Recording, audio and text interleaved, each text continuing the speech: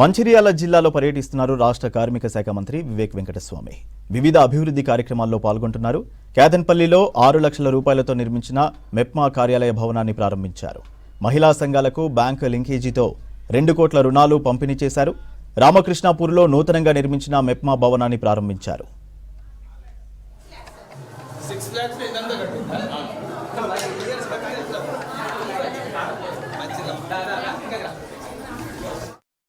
ప్రభుత్వము కాంగ్రెస్ ప్రభుత్వము మహిళల గురించి ఎప్పుడు ఆలోచిస్తుంది. ఈ ఇందిరమ్మ ఇల్లులు ఇవ్వడము, నేను ఈ సంవత్సరము 3500 మందికి ఇందిరమ్మ ఇల్లులు 5 లక్షల చొప్పున కట్టుకోమని రాష్ట్ర ప్రభుత్వం పైసలు ఇస్తుంది. నేను అన్ని చోట్ల రివ్యూ చేస్తున్నా, అందరు కూడా చక్కగా కట్టుకుంటున్నారు. చాలా మందికి 1,00,000 రూపాయలు బేస్మెంట్ వరకు పైసలు వచ్చినాయి. ఇందిరమ్మ ఇల్లు కట్టాలి, బీద ప్రజలకు ఆదుకోవాలని చెప్పి కాంగ్రెస్ ప్రభుత్వం పనిచేస్తుంది. ఇల్లు కట్టుకున్న తర్వాత మీ అందరికీ 200 యూనిట్లు కరెంటు ఫ్రీ, 0 బిల్లింగ్ ఉన్నదా లేదా? తర్వాత మహిళలకు 500 రూపాయల గ్యాసు, కొత్త రేషన్ కార్డులకు ఎవరైతే వచ్చిందో వాళ్ళకి ఇప్పుడు వస్తాయి 500. ఎవరికైతే రాలేదో లింక్ తీసుకోవాలి, లింక్ తీసుకునేది అవసరం ఉన్నది. నేను మొన్న కూడా సిద్దిపేటలో మీటింగ్ వెళ్ళినప్పుడు 90% వరకు అందరు కూడా గ్యాస్ 500 రూపాయలు లభిస్తుంది. మన దగ్గర ఎంపీడీఓ ఎంఆర్ఓ గారు మీరు కొద్దిగా జాగ్రత్తగా ఎవరికైతే రావట్లేదో మీరు కంప్లీట్ చేయండి. సిద్దిపేటలో 90% మహిళలకు వచ్చినప్పుడు మన దగ్గర కూడా రావాలి కదా. మీకు మితి లేని రుణాలు ఇస్తున్నాము, మహిళలకు ఫ్రీ బస్సు, మీరు ఎక్కడంటే అక్కడ తిరగవచ్చు బస్సులలో, అవునా కదా?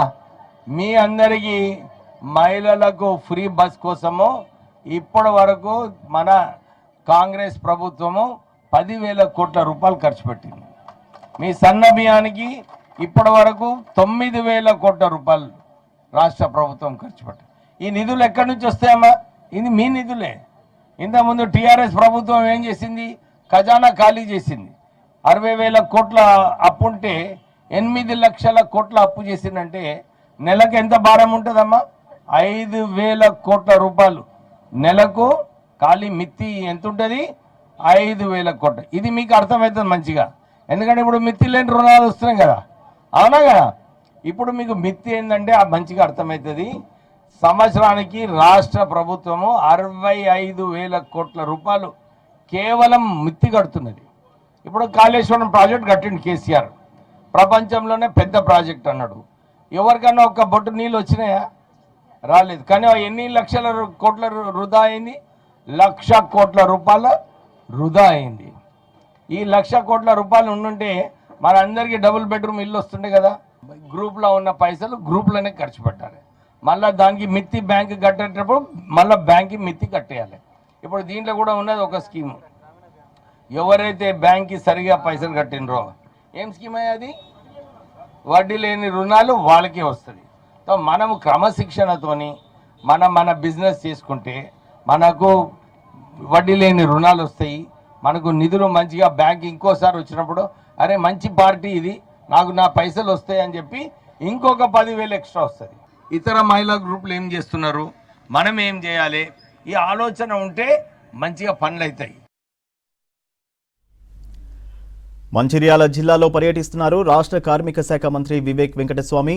వివిధ అభివృద్ధి కార్యక్రమాల్లో పాల్గొంటున్నారు. కేతన్పల్లిలో 6 లక్షల రూపాయలతో నిర్మించిన మెప్మా కార్యాలయ భవనాన్ని ప్రారంభించారు. మహిళా సంఘాలకు బ్యాంకు లింకేజీతో 2 కోట్ల రుణాలు పంపిణీ చేశారు.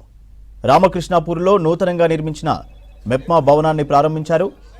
ఇల్లు లేని పేదలకు ఇందిరమ్మ ఇల్లు ఇచ్చి కాంగ్రెస్ ప్రభుత్వం ఆత్మస్థైర్యం కల్పిస్తుందన్నారు మంత్రి వివేక్ వెంకటస్వామి. కాంగ్రెస్ ప్రభుత్వం వచ్చాక మహిళా శక్తి సంఘాలకు 21,000 కోట్ల వడ్డీ లేని రుణాలను అందించామని చెప్పారు. మహిళలు ఆర్థికంగా ఎదిగినప్పుడే వారి కుటుంబాలు ఆర్థికంగా బలోపేతం అవుతాయన్నారు. ఫ్రీ బస్సు పథకానికి ఇప్పటి వరకు రాష్ట్ర ప్రభుత్వం 10,000 కోట్లు ఖర్చు చేసిందన్నారు వివేక్.